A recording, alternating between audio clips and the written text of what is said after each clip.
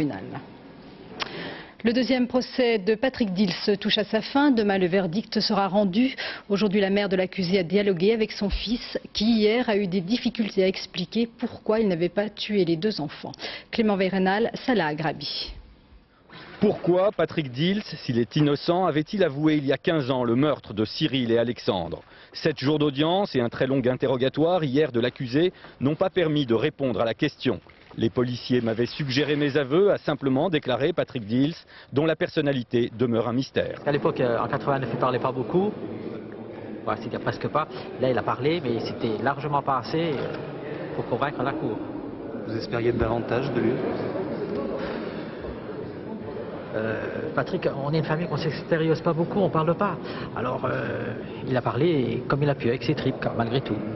Si aujourd'hui, après 15 ans et après la révision, qui est quand même historique, il ne peut quasiment toujours pas s'expliquer très clairement sur le pourquoi des aveux et de la rétractation, j'imagine ce que ça pouvait être il y a 15 ans. C'est donc un garçon qui ne pouvait pas communiquer, et bien qu'il ait grandi en prison, qu'il ait pris une maturité, les experts sont d'accord, qui a toujours beaucoup de mal, non pas à communiquer, mais à communiquer ses impressions.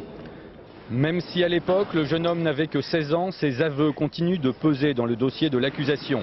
Patrick Dils avait expliqué en détail aux policiers puis aux juges d'instruction comment il avait massacré à coups de pierre les deux enfants dont les corps avaient été retrouvés le long de cette voie ferrée. Lors de la reconstitution, il avait répété les gestes, mimé le double crime dont il est accusé, sans protester de son innocence. On n'a pas d'explication.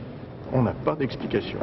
Alors on est dans une situation dure pour la défense, il faut le reconnaître, parce que là, dès qu'on aborde les faits, dès qu'on aborde le dossier, on s'aperçoit que ces déclarations-là sont quand même terribles.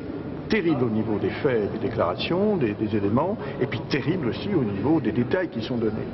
Si Patrick Dils est innocent, qui donc est le coupable? Peut-être le tueur en série Francis Holm, présent sur les lieux du crime, mais l'audition de Francis Holm lors du procès n'a pas permis d'en savoir plus. C'est donc dans cette salle que tout va se jouer demain soir. À l'issue du réquisitoire de l'avocat général et des plaidoiries de la défense, Patrick Dils, dans ce box, écoutera les jurés de la cour d'assises de la Marne prononcer leur verdict, coupable ou innocent. Fin à New York.